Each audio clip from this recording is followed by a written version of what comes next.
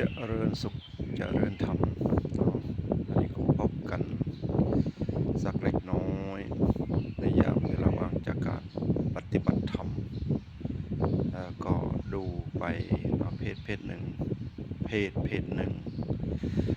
ที่เขาบ่นถึงพระว่าพระสมัยนี้ปฏิบัติดีไม่ปฏิบัติดีปฏิบัติชอบ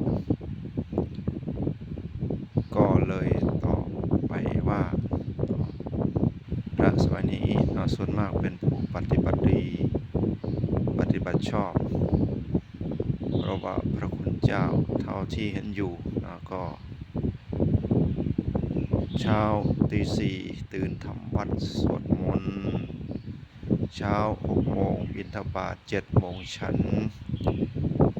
ตอนบ่ายก็เรียนธรรมประพฤติวัดปฏิบัติธรรมตอนเย็นทำวัดสวดมนต์ตอนเย็นทำวัดสวดมนต์แล้วก็ประชุมกันทวนบทสวดต่างๆแล้วก็ฟังคำอ่านฟังคำชี้แนะพระธรรมวินัยจากพ่อแม่ครูบาอาจารย์ว่าจะได้จำวัดก็ถึง4 ทุ่มตื่นเช้าทำวัดก็เลยบอกว่าพระคุณเจ้าเป็นผู้ปฏิบัติดีปฏิบัติชอบเพราะว่าไม่ไปเป็นชู้เป็นเมียใครไม่ไปเล่นการพนันไม่ไปเสพยาบ้ายาเมาไม่ไปประกอบอาชีพทำไร่ไถนาไม่เล่นการพนันไม่เล่นการพนันแล้วก็อยู่ในศีลอยู่ในธรรมอยู่ในวัดอันนี้คือส่วนมากส่วนมากที่เป็นอยู่ก็คือส่วนน้อยเพราะว่าไม่ประพฤติตามหลักธรรมคำสอนของพระพุทธเจ้าไม่ปฏิบัติตามพระธรรมวินัยจึงทำให้เกิดความเดือดร้อนดังนั้นที่เห็นอยู่พระคุณเจ้าก็ทำหน้าที่ในส่วน2 อย่างก็คือคันธทุระก็คือศึกษาเราเรียนพระธรรมวินัยศึกษานักธรรมบาลีศึกษาปริยัติธรรมสามัญคือม.1 ถึงม.6 แล้วก็อยู่วัดก็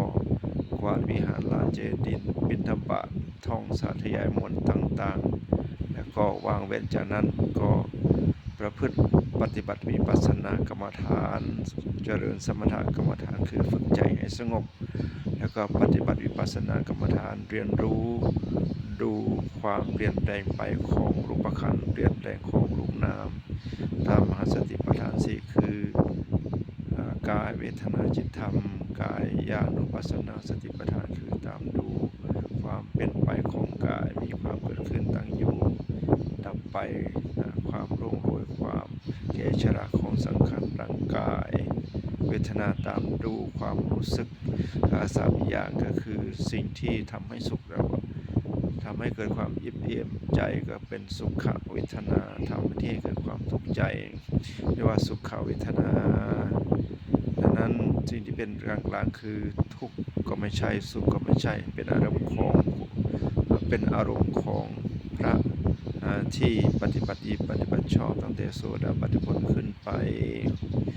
ในส่วนนี้ทุกท่านก็เจริญแล้วก็เรียนรู้ความเปลี่ยนแปลงแล้วก็ธรรมะที่เกิดขึ้นความธรรมะที่เกิดขึ้นจากการปฏิบัติว่าเรียกว่าธรรมานุปัสสนาสติปัฏฐาน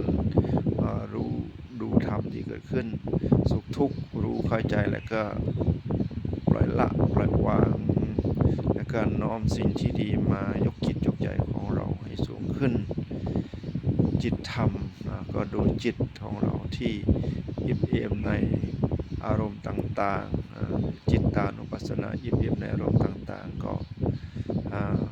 ถ้าสิ่งดีสิ่งงามก็เจริญปฏิบัติให้ดีให้เจริญยิ่งขึ้นถ้าไม่ดีสิ่งไหนที่ไม่ดีทำไหนที่ไม่ดีก็ปล่อยวางไม่น้อมเอามายึดถือปฏิบัติเพราะจะทำให้ใจของเรานั้นเกิดความหลงเกิดความยึดติดเกิดอารมณ์ฉุนเฉียวโมโหโทสันนี่ก็คือการปฏิบัติ ทำปฏิบัติธรรมแต่ว่าสิ่งเหล่านี้นะทำอยู่ปฏิบัติอยู่แต่ว่าไม่ได้ประกาศลงโซเชียลไม่ได้ประกาศว่าวันนี้ทำวัดสวดมนต์นะวันนี้บิณฑบาตนะวันนี้นะกวาดวัดนะอันนี้ไม่ได้ประกาศวันนี้นั่งปฏิบัติวิปัสสนากรรมฐานได้รู้ถึงรูปนามระดับนี้อันนี้คือไม่ได้ประกาศวันนี้ได้สวดมนต์จบบทนั้นบทนี้วันนี้ได้ไปเรียนบทนั้นบทนี้ไม่ได้ประกาศให้ท่านทั้งหลายได้รู้ได้เห็นแต่ว่าสิ่งที่รู้ได้เห็นคือทำดีเราไม่ต้องประกาศกันมากนักเนาะดังนั้นสิ่งที่เป็นอยู่ก็คือทำดีประพฤติวัดปฏิบัติธรรมในธรรมคำสั่งสอนขององค์สมเด็จพระสัมมาสัมพุทธเจ้าส่วนที่พระไม่ดีนะก็คือท่านไม่อยู่ในกรอบของศีลธรรมกรอบของธรรมวินัยก็ความเดือดร้อนก็เกิดขึ้นกับท่านเองเนาะอันนี้ก็ให้ท่านทั้งหลายได้รู้ได้เข้าใจเนาะในส่วนที่ดีงามเราก็น้อมอนุโมทนาสาธุส่วนที่ไม่ดีเราก็รู้ดูเห็นเป็นกันในศึกษาแล้วก็ไม่ควรที่จะมาเป็นแบบอย่างแล้วก็รู้แล้วก็เพื่อที่จะเป็นคติเตือนใจว่าการทำไม่ดีทำให้เดือดร้อนอย่างไรทำไม่ดีให้เกิดความวุ่นวายอย่างไรทำไม่ดีให้เกิดความกระทบกระเทือนต่อตัวตนต่อสังคมต่อบ้านเมืองต่อประเทศชาติอย่างไรเนาะก็ให้เราได้น้อมเข้าใจเนาะพูดแค่นี้ก่อนนะก็ขอเจริญพร